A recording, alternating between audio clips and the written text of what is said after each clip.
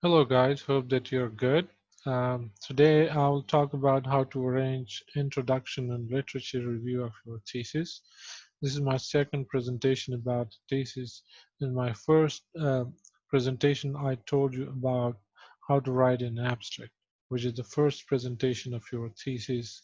When somebody opens up your thesis, he would go through uh, your abstract in order to understand what actually you have done in the thesis. Then comes the introduction or the literature review, which is the second most important part of your thesis. Actually, this is the most important part of your thesis, and many students they think that introduction or literature review is something that you can very easily put up because many students they would just uh, browse something from the internet and put this material in some order and they call it the literature review or introduction. But I want to tell you here that if you look at the layout of the thesis, which is starting with the abstract and ending here at discussion or the conclusion, this particular part, the introduction, is the most difficult part to write in a thesis, and it needs a lot of concentration. There are different formats. In some theses, you can find introduction and literature review as a single piece or as a single section. And in our country, in many universities, the format is quite different. And you provide a short introduction as somebody would provide introduction when writing some manuscript or paper. And then you provide, a detailed literature review of that particular topic under discussion or under research. So introduction is, the first, I would say, logical part of your research, whatever you have done in the thesis.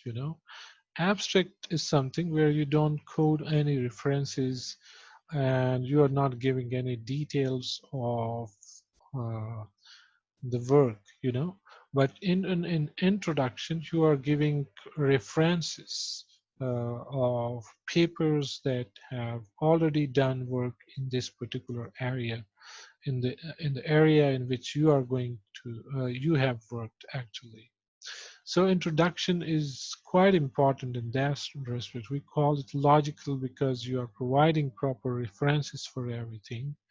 You are going to, provide a proper background. You are going to identify the gaps in the research. You are going to give the way or, the outline of your, design, that how you are going to address that particular gap, that problem, and what would be the importance of filling that particular gap. So in that respect, introduction is quite tricky. It's very difficult and it needs a lot of concentration on the part of the students. And similar is the case with the literature review. In this presentation, I would briefly talk about the introduction, and I just give you an example that if I'm going to write introduction for this particular topic, so what should I keep in mind and what would be there that I would write as introduction to my thesis on that particular topic. So when you are writing a typical introduction, there are three main things that you should keep in mind. The first thing that the introduction would address, that what is known actually, that is the background information that you gave about your topic. And that background information is the information that you are getting from the published literature, the papers or the thesis or other sources, materials that you have gone through. And that information is providing some basic information or some background information about your topic, the topic that you are going to address in this particular dissertation or thesis. Then when you are done with the known facts, you have provided with the background information, then you move on to the next thing, that what is unknown. You have to identify the gap or the problem. What is unknown means what is the problem that you want to fix, or what is the gap that you want to address or fill. So that is also very important, part of introduction, because when somebody is going to read or go through your introduction, the reader, a technical reader would just, be looking for this information, that what is the background of that particular problem, and what is the problem actually that you want to address. And the third thing, that is the most important part of the introduction, is how and why should we fill the gap. Okay, if you have identified a problem, for instance, that you want to address or you want to solve, then how are you going to solve it? Okay, do you have any plan for solving that particular problem, and why should you do that? you know for instance, if you want to solve a problem, if you want to find prevalence of a disease in a particular area or in a particular province, then why is that necessary? So you also gave your purpose of study here at the very end of the introduction. Don't forget about this, that at the end of the introduction, the last para would contain your purpose of study and the hypothesis based on the information which comes out of these first two steps.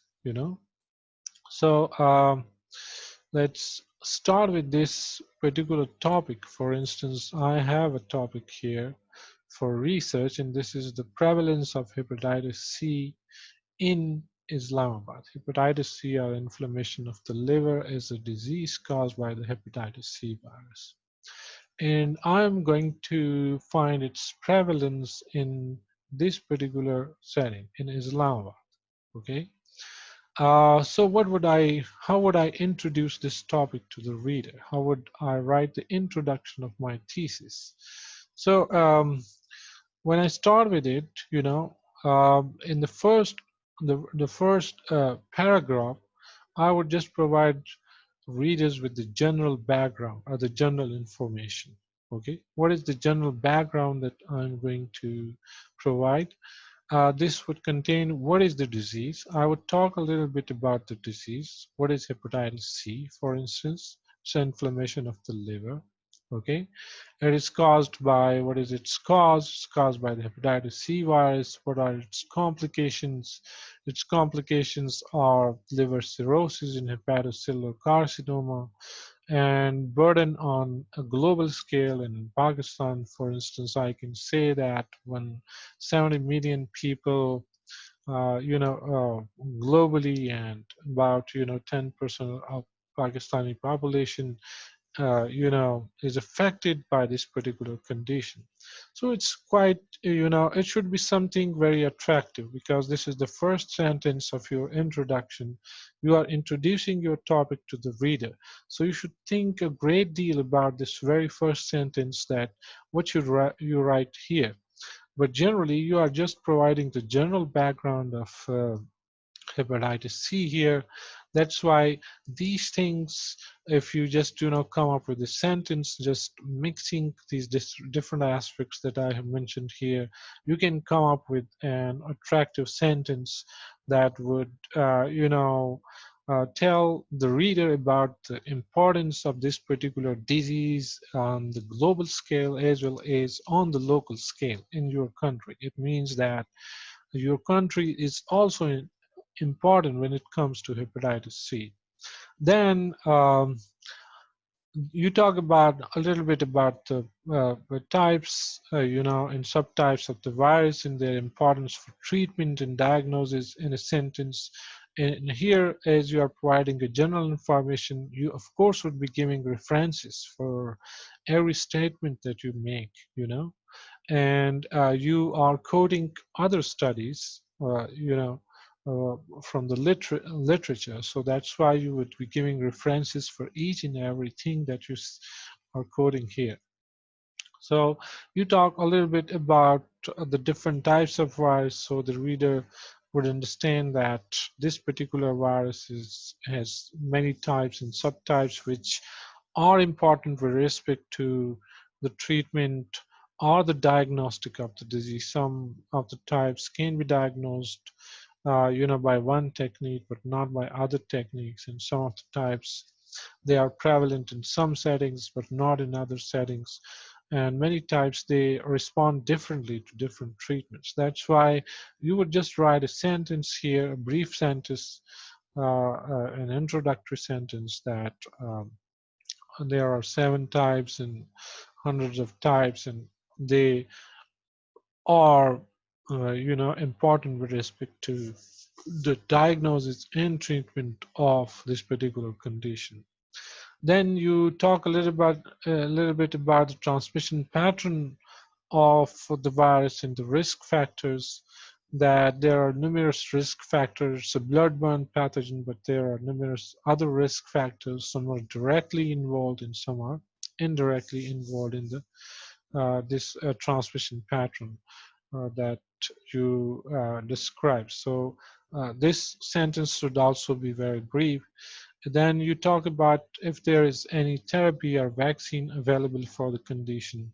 So that also is something that, some information that is telling the reader that this particular topic that you are going to study, the background information about hepatitis C, is compelling enough to be, uh, you know, uh, for your topic, that it should be explored in, uh, uh, the prevalence. You can also talk about the importance of the prevalence studies. That what is the importance of finding out disease prevalence in the case of different pathogens. A disease, many different viral and bacterial diseases are prevalent in different settings. And if people, for instance, have done it before, then why are you going to address this problem again in this setting? So as you go along, you are along the way, giving background information, and you are also identifying the gaps. So that's a good way to write introduction. And some people would just, uh, would come up with subsections for the gaps and other information. But I think that it's a good way that as you go along, you identify different gaps, you know, and at the end, you just sum up those gaps and derive your motivation or purpose of study out of that. So that would make your job easier. So what are you going to write in the second paragraph of the introduction? You are done with the first paragraph of introduction. This is the introduction that we are talking about in the case of thesis writing, uh, and particularly in our country, in Pakistan, where you provide a short introduction as you would provide in the case of manuscript or paper writing before the literature review. But in many different countries, I have seen dissertations or theses where introduction and literature review, these are, a single chapter, and you just gave a concise introduction and literature review of your area. And in the second paragraph of the introduction that you write, you describe the virus. It's an RNA virus, and what is its size and what is heterogeneity, what are different types that prevalent that are existing around the globe, with the references and prevalence of different types in different regions of the world, including your country. You're talking about different types of the viruses that are prevalent in different parts of the world, and you are also talking about your country, that these different types of viruses are also prevalent in your country. So that again is reinforcing your claim that this particular topic is important, it should be tackled. And in the third paragraph, you talk about the risk factor responsible for transmission and how do these correlate with the prevalence, for instance. You talk about different risk factors like injection drug use, or you talk about barbers that are transmitting this particular virus. You have talked about the transmission pattern before. So whatever you have written here in the first background, you can see that we are going in a sequence and just giving these relevant uh, uh, paras here and elaborating these different aspects. So the risk factors are important with respect to prevalence of pathogens. That's why you are talking more about the risk factors here. That it can be the barbers or the dentist or the surgeons, because it's a bloodborne pathogen. Tattooing and other things, you can look around and identify different risk factors in your social settings, and you can also go through the literature. Here in your introduction, you would just write risk factors that have been identified on a global scale with respect to the transmission of this particular virus. So you are going to, you know, describe these different risk factors. Some of the risk factors would be indirectly involved are associated with the prevalence. For instance, poverty. Poverty is it can be a risk factor for hepatitis C. But poverty is not going to help, is not going to transmit hepatitis C virus from one person to another person. This is not something abstract or something that would do that particular thing. But poverty is responsible for the transmission of this particular disease. Or literacy rate. Uh, uh, Literacy rate is indirectly involved in the transmission of hepatitis C. In poverty-ridden settings, you can say that people would be sharing these razors. People would be sharing different things. Like we have barbers in the villages, and they are doing this shaving off their head or beard with the same blade each time. Or even the barbers who are working in proper settings or shops, they are not going to take care of sterilization of different instruments that they use.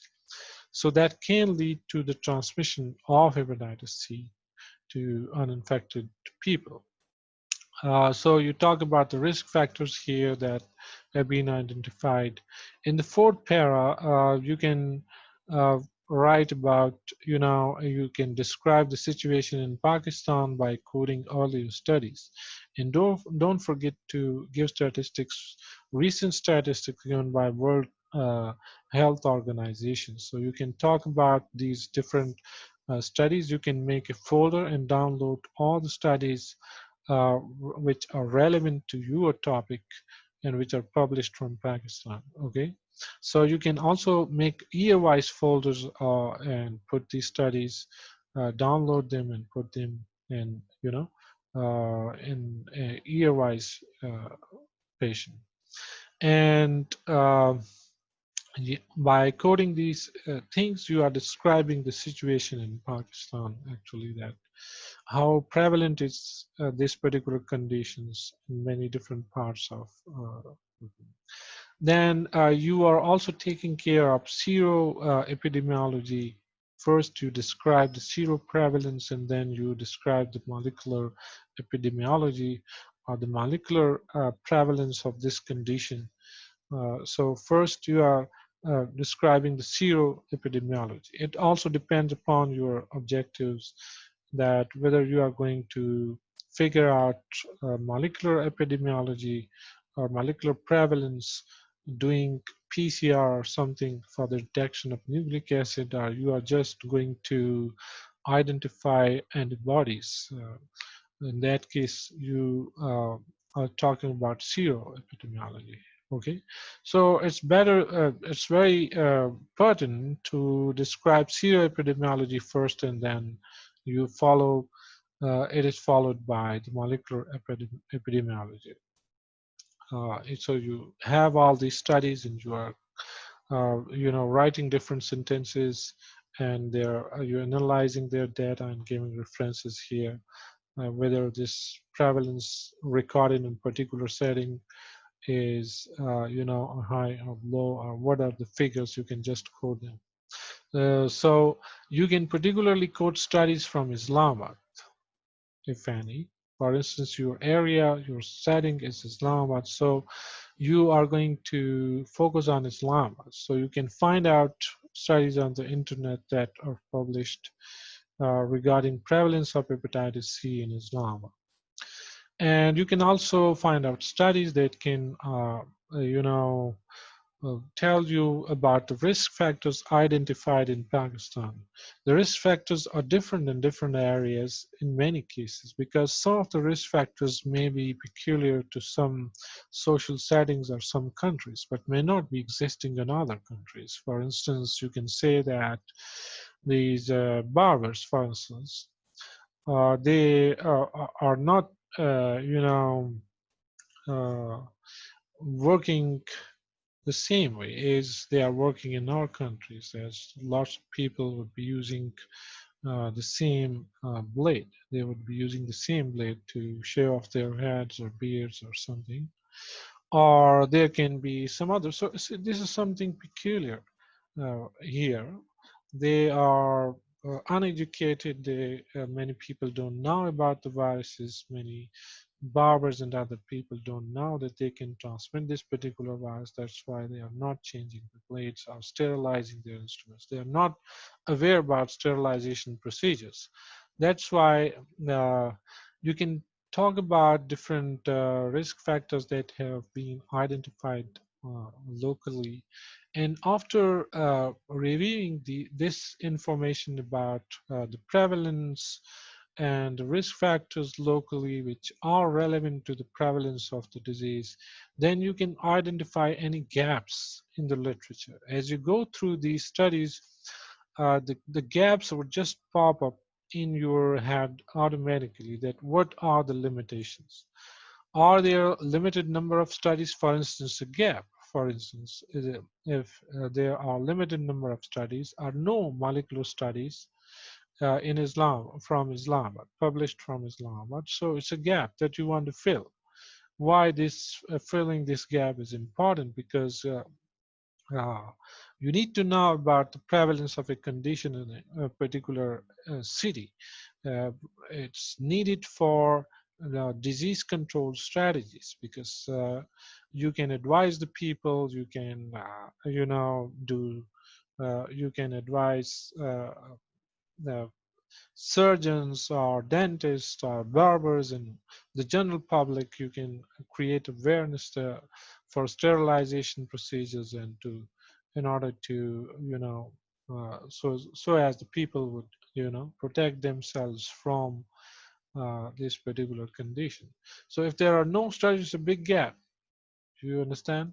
So if there are limited studies, you go through the studies, you go through their sample sizes, or the way they uh, sampled, and the timing. For instance, somebody did a study 10 years ago, or 5 years ago, or even 2 years ago. So that would not be relevant today.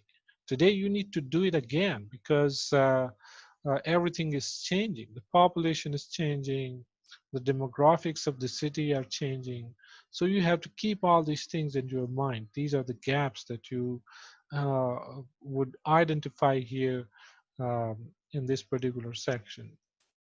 And if there is no study regarding the risk factors, again, it's a big gap that you want to fill, or it's a big problem that you want to solve. That what are the risk factors responsible for this disease?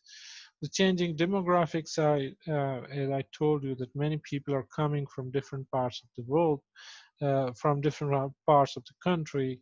They are settling down here. Some of the migrant workers, they would just come for short periods of time, but these people, they get their treatments here. They get their, they go to different barbers and different dentists, So that's why they can contribute to the spread of this particular infection in this society. So the prevalence of the conditions would not be the same, even if you have done this particular study a year ago. And that's why you are going to try it again and figure out what is the exact situation even now.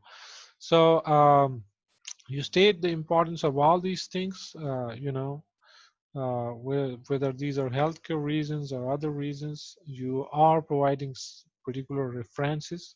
You cannot talk about any reference. If people have identified similar things in the literature, you can give their references.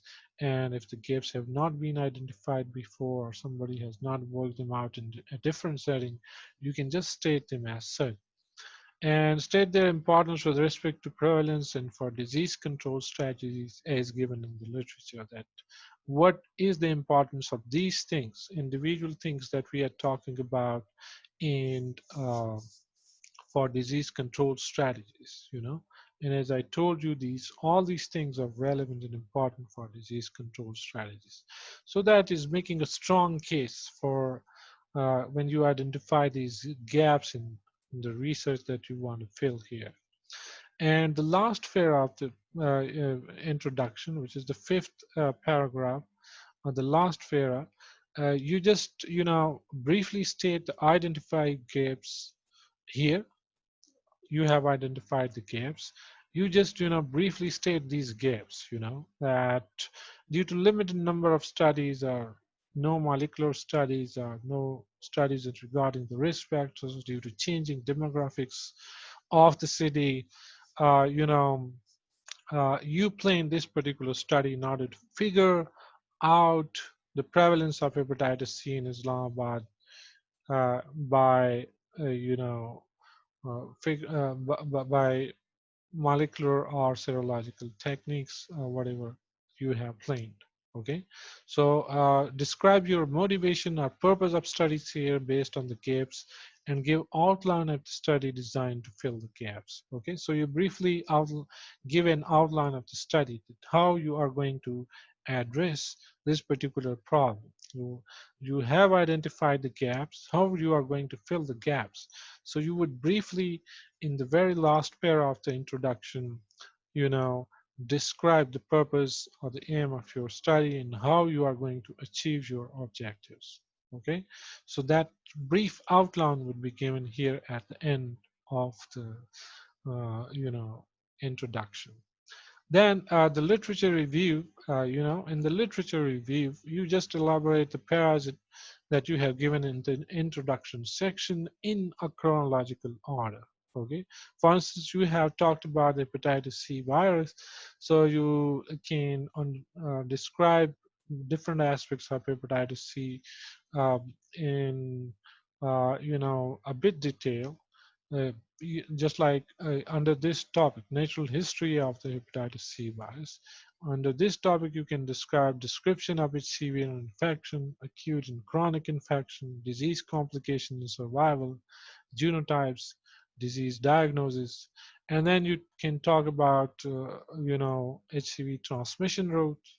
You can give this topic and subtopics are historical and geographical differences in transmission routes of HCV, injection drug use, mother to child transmission, sexual transmission, transmission via community and household activities, Then you talk about the global and local prevalence, and then you talk about the HIV genetic heterogeneity, global and local, and you talk about the risk factors, direct and indirect, as I told you before, and any treatment options or vaccines, etc.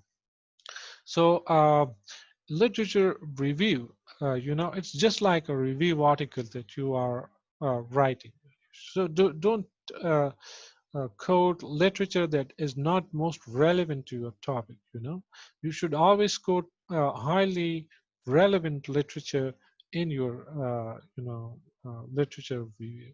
In the literature review, again, you focus on the when you are writing this literature review, it's better to make some sketches or diagrams and out of your own mind, not to copy it from the internet. For instance, if we are talking about the burden of the disease in different regions of Pakistan, you can just make a model or you make a graph based on the papers that you have studied. About seroepidemiology and molecular epidemiology, you can represent it in different ways. Or you can talk about the transmission factors and make a diagram for that, and identify these different uh, transmission routes. And similar is the case with other sections. And you come up with uh, sometimes in the literature review, it depends upon the topic, you come up with some conceptual model, and then that would provide sufficient, logic or sufficient, material for your entire work. And this particular thing, the literature review, is not just to, not just cut and paste. You just go on the internet and find a study in a particular year which has mentioned hepatitis and just cut and paste it here. You focus on your area, your setting. For instance, it is Islamabad, uh, Pakistan, Rawalpindi, and different regions of the country, or in the surrounding of the country. That is, these are most important with respect to the prevalence of hepatitis C in this particular social setting in which you are going to do your work. But if you talk about the risk factors, these are, you know, important in all social settings. Maybe you have some peculiar risk factors here in Pakistan, but you have to look globally and quote references in the case of different factors identified in different social settings. So you have to be very focused when you are writing introduction or literature review. Hope this. I hope that this would help you. If you have any questions, you can just directly contact me. I give comments here on this particular video. Okay. So today I just told you about the introduction, that how you are going to answer these basic questions, and how you are going to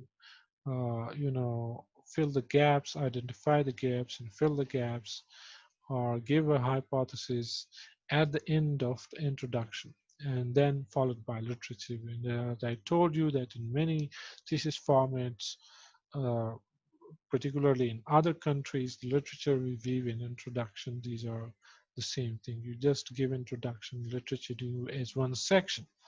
And that helps the readers a great deal, because you do all these, you give this background information, identification of gaps on each step, and then give outline of your thesis at the end. That is the format, international format. But here, our format, according to our format, introduction, a short introduction is separate from the literature review.